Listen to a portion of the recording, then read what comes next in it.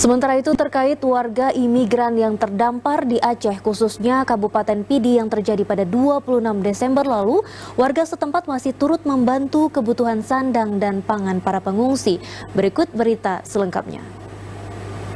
Warga Kabupaten Pidi masih ikut membantu kebutuhan sandang dan pangan pengungsi Rohingya. Semenjak terdampar di Kabupaten Pidi, banyak warga setempat berdatangan membawa berbagai bantuan, baik sandang maupun pangan. Bahkan warga rela menyewa mobil angkutan untuk mengantar langsung bantuan yang diserahkan untuk para imigran Rohingya.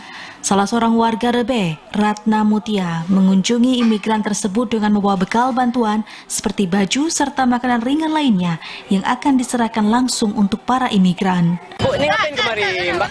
Anaknya udah aja mau lihat orang ini, orang Rohingya. Bagaimana setelah melihat? Anak Puas nggak? kurang puas karena yang ceweknya nggak nampak, karena ceweknya nggak dikasih keluar lagi udah sore katanya. Besok mungkin balik lagi mau lihat yang perempuan. Dan kasih buah apa itu oleh-oleh? Bawa beras, ada bawa baju-baju juga. Pada saat pemindahan imigran Rohingya dari SMP 2 Laweng menuju Gedung Bina Bangsa Padang Tiji, juga terlihat 2 unit truk penuh dengan bantuan. Sementara kebutuhan pangan sudah ditanggung oleh UNHCR dan IOM. Dari Pidi, Hasbi, TVRI Aceh melaporkan.